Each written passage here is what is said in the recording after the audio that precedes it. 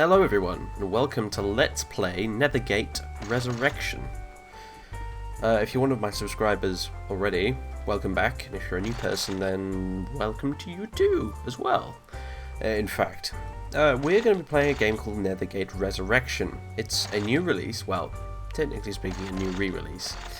Now, normally, I generally tend to avoid playing a game that has just come out. However, for this one, I'm making an exception. I've already played extensively the demo for this, and I've enjoyed it quite a lot. It's a fantasy RPG. It's made by the same guys who made Avenum, if you've heard of that, and the Geneforge series. And I really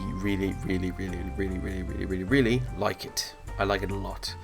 One of the reasons I like it, however, and this is going to become the main point of it, because if you haven't already noticed from maybe some of the artwork here, Nethergate Resurrection is not your typical fantasy RPG. It's not set in the standard kind of fantasy Tolkien-inspired universe that you get so often. No, Nethergate Resurrection is actually set in a historical period, in real life, near enough. It's set in Roman Britain. So Britain, basically back when the place was overrun with Celts and Romans. It's, to be more specific, it's actually set against the backdrop of the Iceni rebellion led by Queen Boudicca. If you know your ancient British history, then you'll know what all that's about. Anyone who here from the UK probably learned about it in school. I know I did. However, if you don't know what all that's about, it's fine, it'll be explained over the course of the game. But anyway, suffice to say, we're going to be playing in a fantasy RPG set in Roman Britain. Which, that alone, I think, is something that makes it worth checking out. It stands away from the pack in that respect. However, it's also a lot of fun, just in general. So, without further ado, let's get started. I'll explain all the other stuff as we go along. Right, first screen we've got here says play Roman or Celt. Select whether you want to play Romans or Celts by clicking on a graphic above. The two adventures are very different, and things that seem mysterious when playing one side are often made clear when you play the other. What it means by that is there are two campaigns we can do. One is the Romans, one is the Celts. However, there's only one storyline, and depending on who you play as, you view it from a different viewpoint. That's what it means by some events being strange at first, but end up getting explained when you play as someone else. It's the same story, you're just viewing it from different characters' viewpoints. Think of it as a bit like Pulp Fiction or something, where you've got the same events going on, but you view them from different characters' perspectives. So that's how it works. So in a nutshell, what this means for us is I'm going to be playing as both. I'm going to be playing as the Romans and the Celts, because if you don't play as both, you don't get the full extent of the plot and story, and if I didn't play as both, therefore I would be selling the game a bit short, wouldn't I? So, we are actually, over the course of this Let's Play, going to be playing as the Romans and the Celts. However, to begin with, we're going to be playing as the Romans, because they're a bit easier to play as, and I'm already familiar with them from the demo.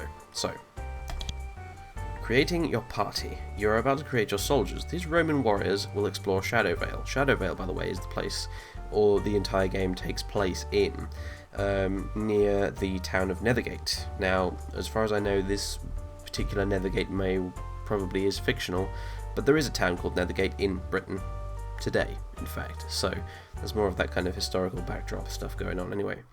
They are attempting to outwit and defeat the barbarians and their mysterious and powerful allies. You can control up to 4 characters. 4 is recommended, but skilled players make do with less.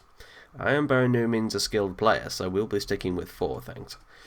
You will start out with 4 pre-made characters, with a good mix of skills and abilities. If you're a new player, you should probably just accept these characters by pressing the Done button to the lower right.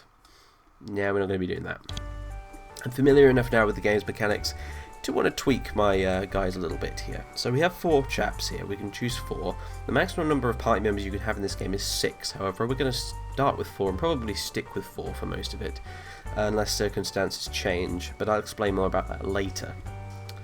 First of all, we want to create our party, so first of all, who's this guy? We've got Spurius. We're going to give him a new name. He is going to be called Rictus.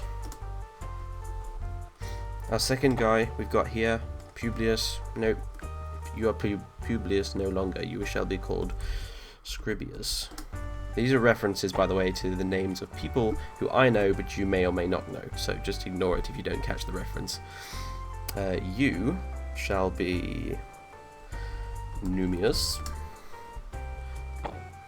and you shall be Kiko Gnaeus. Now, we can also pick what the guys look like when we're actually playing the game. They're like little sprite, if you like. Rictus is going to be our leader, our sort of centurion, if you like. So let's go with this fellow with the purple. Purple's kind of like a high-ranking colour in Rome, or something like that, I think. Anyway, so Rubeus, you are going to... let's go with this one. Numeus, you, my good friend, shall have a...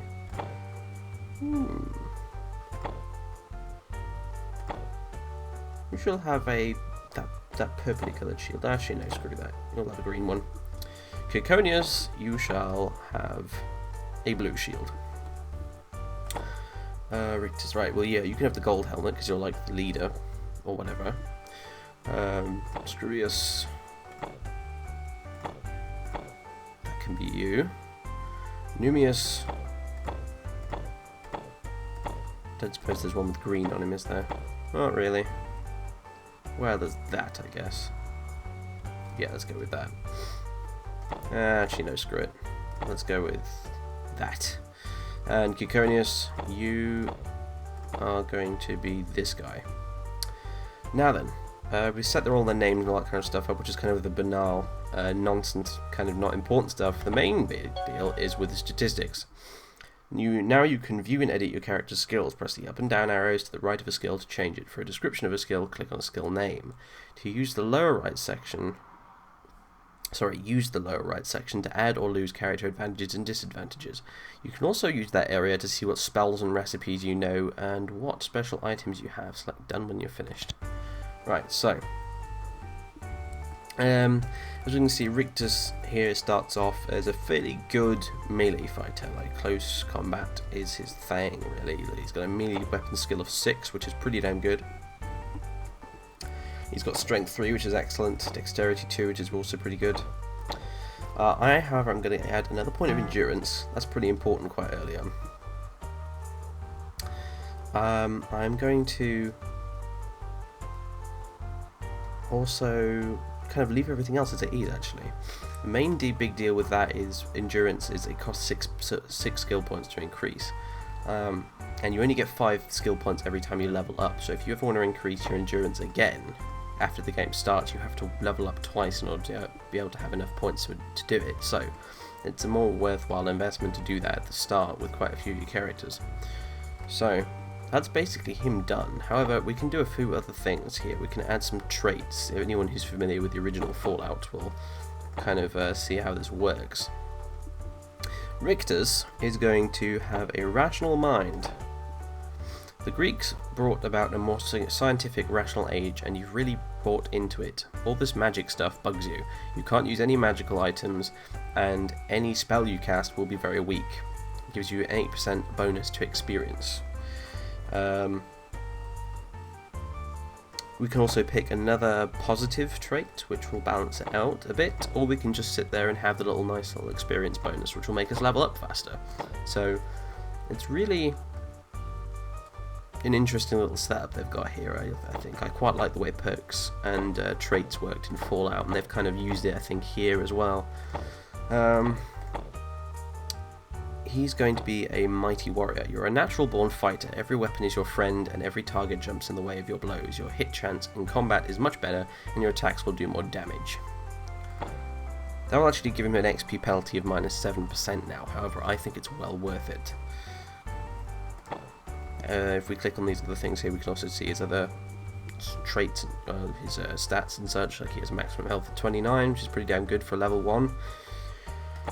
All that kind of stuff. And some of his equipment. I believe we might be able to choose a starting piece of equipment, but the healing draft is just fine, quite frankly. Yeah. I don't know if that even changes what your starting equipment is, really. But anyway. So he is sorted out. Now we're going to move on to Rubeus. Now, Rubeus is going to get an endurance boost as well. The important thing to note about Rubeus, however, is that he has a tool use of 3. Now, that's going to be useful later on, because tool use is what you use lockpicks with to unlock doors and such. So that's worth remembering. He's also skilled with spears and such like that, so this guy's going to be our main spearman. He's also got slightly higher defense than Rictus. So Mumius, on the other hand, he is going to be a ranged chap. He's going to be our backup at the rear, throwing all sorts of projectiles at the enemy. He is going to have... Now, why does he have intelligence 3? That's kind of... He doesn't really need that. In fact, he can go with an intelligence of 1. It's not really as much a reflection on how stupid the character is, it's just, statistically speaking, it's to do with spells. And Numius is not going to be casting a lot of spells, so... He is, however, going to have 3 dexterity, which means he will act first out of the entire party in combat, because everyone else has 2 dexterity or less. I'm also going to use the rest of these points we've got to upgrade some of his skills. So, javelins, for example, I'm going to boost that to 7. I'm also going to boost his Roman training quite a bit. Roman training is a very useful skill which only the Romans get. Roman military training is unmatched at its time. Each level of Roman training increases the chance of hitting and damage for both melee and missile attacks. It's very, very useful. It makes up for the fact that the Romans can't do anything really magical very easily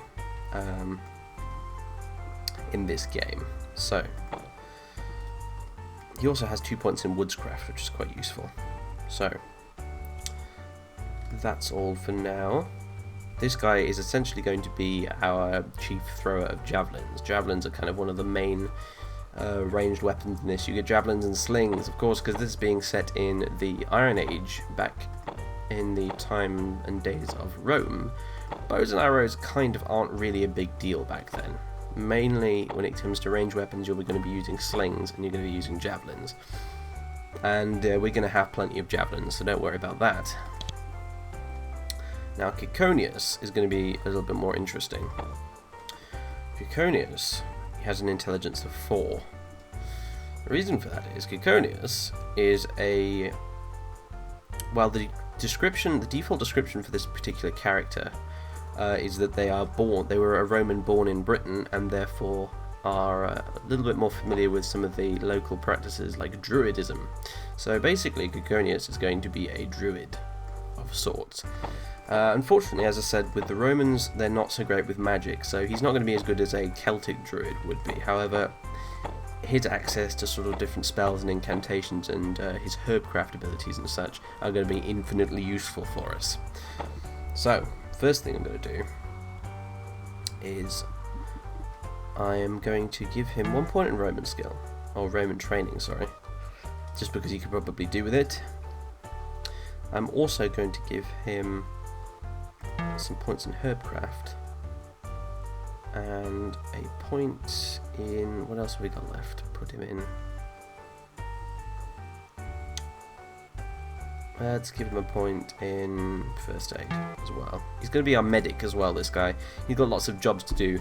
Fighting won't really be one of them. However, he's going to have plenty of spells to cast, potions to mix, healing to do. So that's basically all of them done now. We've got Rictus, Rubeus, Numius, and Kiko Gnaeus. So, done. And now we begin with the intro. So I'm going to do my best to read this out without fluffing it up too much, and then the game will begin.